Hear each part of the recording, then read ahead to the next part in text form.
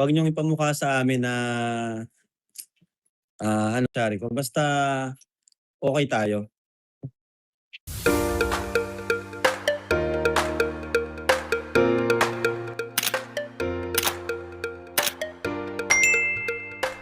Isang mapagpalang araw po sa ating lahat. Magandang araw at gabi po dyan sa mga silent viewers at mga solid supporters. Sa mga sulok ay naroroon, may galap shoutout po at kamusta po kayo? Sa iyong mga kalingap, narito po ang ating update ngayong araw na kung saan ay ating na pong pag-usapan ang patungkol kung saan isa-isa sinisiraan ang mga keyboys salita na laging binabato ng mga antay sa kalingap, di katanggap-tanggap.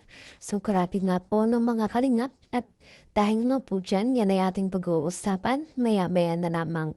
Pero bago po yan ay lagi kong paalala sa inyo, bago po tayo magbigay ng ating mga komento at opinion, itapusin po muna natin ang kabuuan ng video.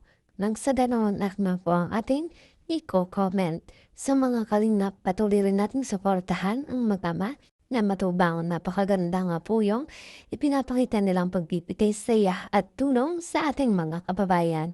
At syempre, ganun din, suportahan natin ang kanilang may bahay, walang iba kundi sina Ate Edna Vlogs at Jackie Tapia. Huwag po sana tayong magsasawang sumuporta, mga kalingap. O yan, sa ating pagbabalik narito ang ating reaksyonan mga kalingap patungkol nga po kung saan iisa-isa na nga pong sinisiraan ang mga keyboys na kung saan mga kalinga salita na laging binabato ng mga antay dito sa kalingap. Ano nga ba ang mga salitang ito na kung saan mga kalingap hindi naman talaga katanggap-tanggap. Lalo na nga po ngayon kung ating nabalitaan o kung ating napanood mga kalingap dito sa vlog ni Kuya Bal Santos Matubang na ating nakita doon na kung saan ay sinasabing Jomar ay binastos o minanya. Nga po itong si Marian pero mga kalingap yan naman po ay walang katotohanan na kung saan ay talagang gawa-gawa lamang ng mga antay-kalingap itong issue na ito para nang sa ganun ay masiraan at mabigyan ng issue itong kalingap. Nang sa ganun ay maging hindi nga po kaganda-ganda itong magiging sitwasyon at hindi nga po nakakabuti para sa kalingap. At yan nga po mga kalingap ay napapatunayang fake news lamang dahil hindi nga po yan magagawa ni Kalingap Jomar na kung saan ay nakikitaan naman nakikita ng mga key angels keywords na itong si Jomar ay isang mabait na bata.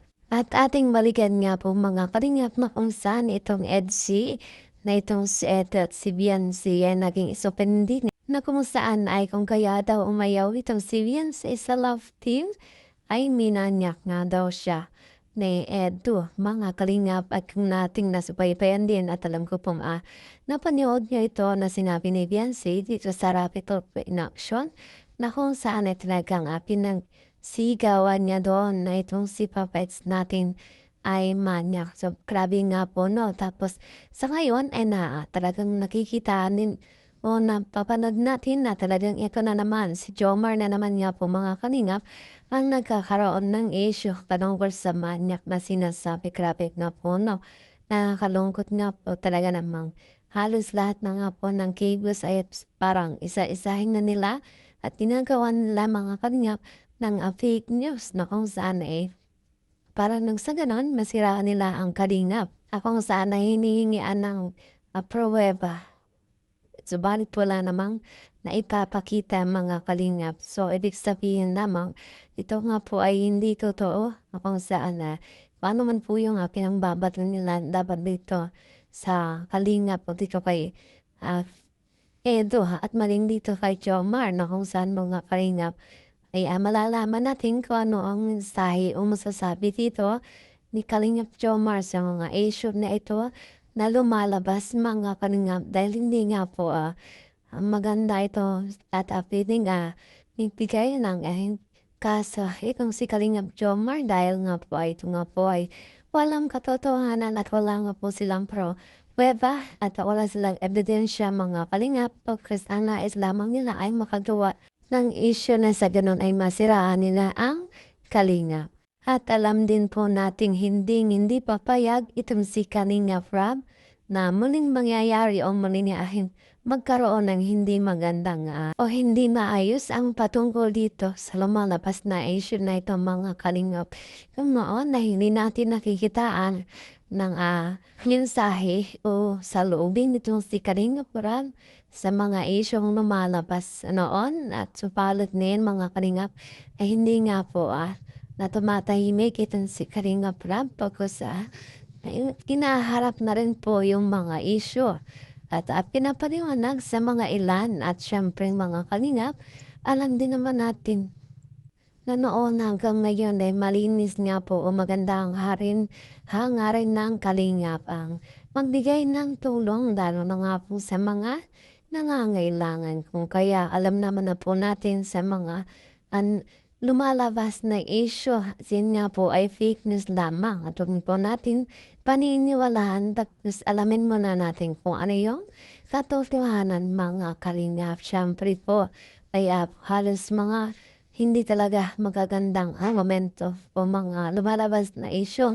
ang gagawin o ang mga sasabihin ng mga anti dyan. At syempre, yung kanilang mga sasabihin ay kontra dito sa mga Kalingap ng sa ganun ay masiraan. Wala nang maniniwala sa supalit nga po ay hindi na magagawa sa Kalingap. Sa ilang taon na nga po nagbibigay ng tulong itong Kalingap ay ngayon lamang nga po nangyari ito at talagang may ilan nga pong mga sponsor na nagalisan daw dahil nga po sa mga nangyayari. Kung kaya sa ngayon mga Kalingap, ipatuloy po natin suportahan palagi ang Kalingap at ating nga pong marathon.